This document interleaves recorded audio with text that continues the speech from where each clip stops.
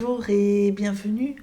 Aujourd'hui, je vous propose de voir comment on crée la texture d'un mur, parce que mis à part de peindre un mur qui vient d'être fraîchement repeint ou qui est tout neuf, on en a besoin dès qu'on veut peindre soit une pièce ou la partie d'une pièce ou la façade d'un immeuble ou d'une maison. J'en profite pour remercier toutes celles et ceux d'entre vous qui visionnez, likez, commentez et partagez. Merci à vous. Et donc on va tout de suite voir la photo qui m'a inspirée. Donc là, je vous ai mis les deux en parallèle, comme ça on peut voir facilement. Alors j'ai simplifié au niveau de la façade, puisqu'en face de nous, elle fait un décoché. J'ai simplifié au niveau des portes. Moi, c'est pas tout à fait ça. J'ai modifié tous les accessoires de bain, les serviettes. Il y a même un transat et puis un parasol que j'ai pas fait. Et j'ai par contre ajouté des plantes parce que je trouvais que c'était sympa. Et mon mur est un peu moins subi les infiltrations que celui de la photo. Voilà, donc le cours complet est bien sûr sur Patreon, hein, il est disponible sur Patreon, c'est pas très difficile à faire, c'est pas non plus hyper facile, c'est juste un tout petit peu de technique, mais avec la bonne technique, on y arrive sans souci. Alors, au niveau du matériel que j'ai utilisé, si vous n'avez pas de violet, vous pouvez le faire avec le bleu et le rose. Le vert, ça peut se faire avec le vert, avec du bleu et du jaune. Alors, si vous n'avez pas autant de vert, surtout le vert anglais, qui est un vert qui est très, ce qu'on peut appeler aussi le vert printemps, très clair mais très lumineux, avec beaucoup de jaune dedans et un peu flashy.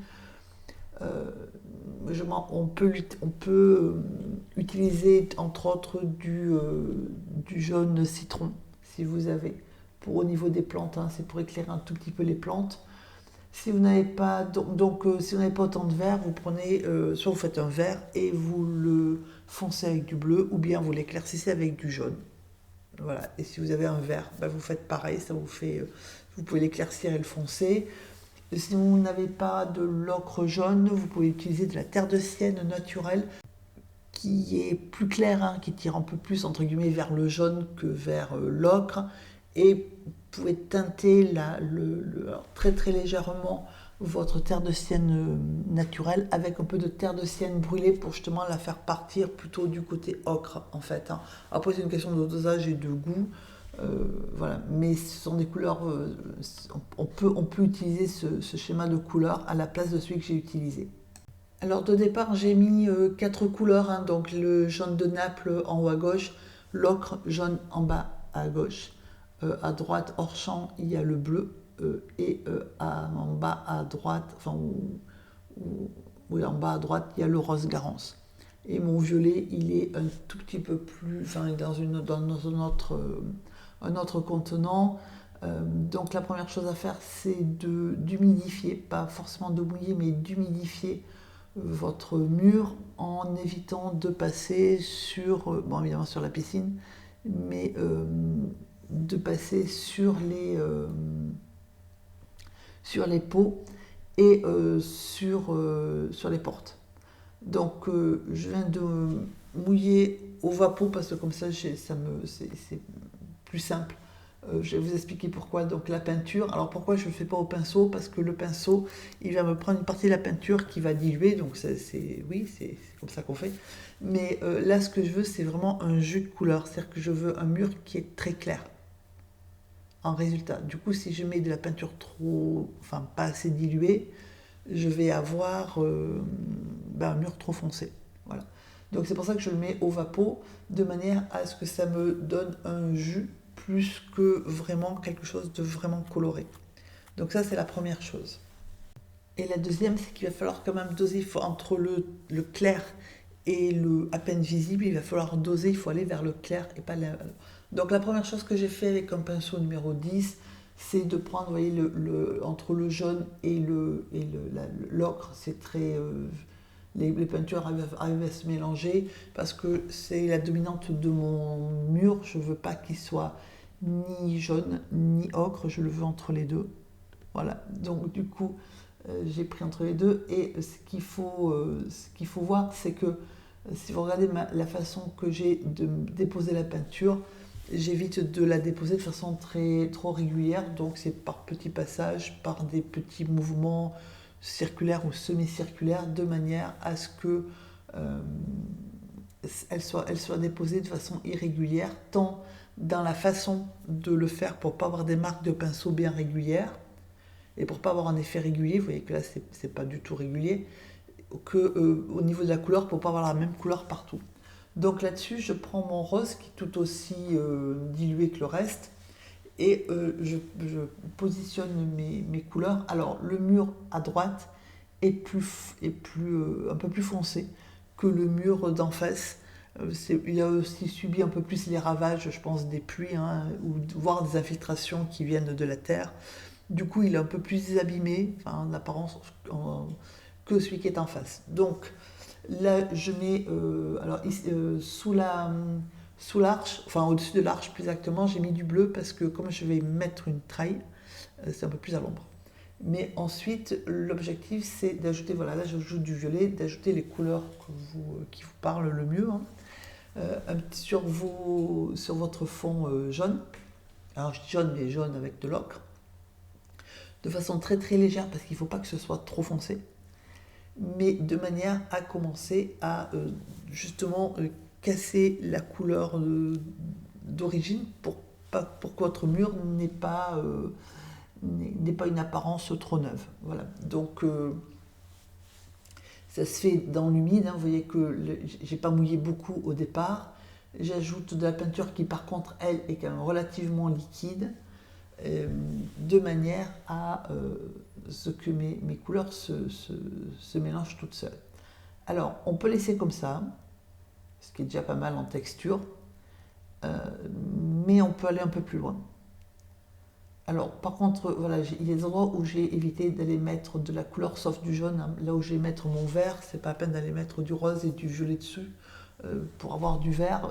Bon, en haut, oui, mais au niveau à gauche, là, j'ai évité de trop mettre de la peinture. Alors, ensuite, j'ai pris du sel, c'est complètement facultatif. Alors, j'ai pris du sel moyen, du gros sel moyen. Et sur le sel, il faut faire attention parce que il y a un moment pour le mettre. Là, je l'ai mis très vite. Voilà, à peine fini la peinture, donc c'est mouillé. J'ai mis mon sel. Autrement dit, il va avoir très peu d'effet. C'est-à-dire que si vous voulez vraiment faire des formes organiques, entre guillemets, spectaculaires, il ne faut pas le mettre maintenant. Le sel, comme l'eau, perturbe le séchage. Donc si tout est dans la phrase, hein, ça perturbe le séchage. Autrement dit, si vous voulez des effets, il faut mettre le sel comme l'eau en cours de séchage. Là, c'est pas en cours de séchage, c'est en train d'être fait et c'est mouillé. Si vous voulez avoir donc des effets vraiment organiques, il faut faire ce que j'ai fait là au niveau de la porte. Alors c'est pas du sel, hein, c'est de l'eau. Mais j'ai attendu que ma porte soit en cours de séchage, hein, presque sèche, pour y ajouter de l'eau, des gouttes d'eau. Et vous voyez les formes qui sont très très puissantes, beaucoup, alors que ce que j'aurai avec le sel sera beaucoup plus discret. Mais je ne voulais pas des formes aussi prononcées sur mon mur. C'est pour ça que je ne l'ai pas fait. Voilà. Donc, autre façon de texturer, c'est de mettre de l'eau, hein, de projeter de l'eau. Ça se voit un petit peu, vous voyez des points blancs un peu aléatoires sur ma peinture. Vous prenez le pinceau, vous le rincez et vous projetez de l'eau en cours de séchage.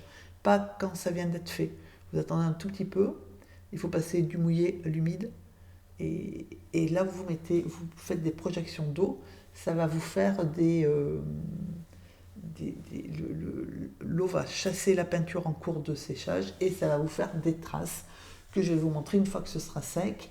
Mais il faut vraiment choisir la trace que vous voulez, soit des formes organiques très très prononcées, entre autres avec le sel ou avec l'eau, hein, parce qu'on obtient des résultats qui sont très proches, auquel cas il faut attendre que la peinture vraiment commence à sécher.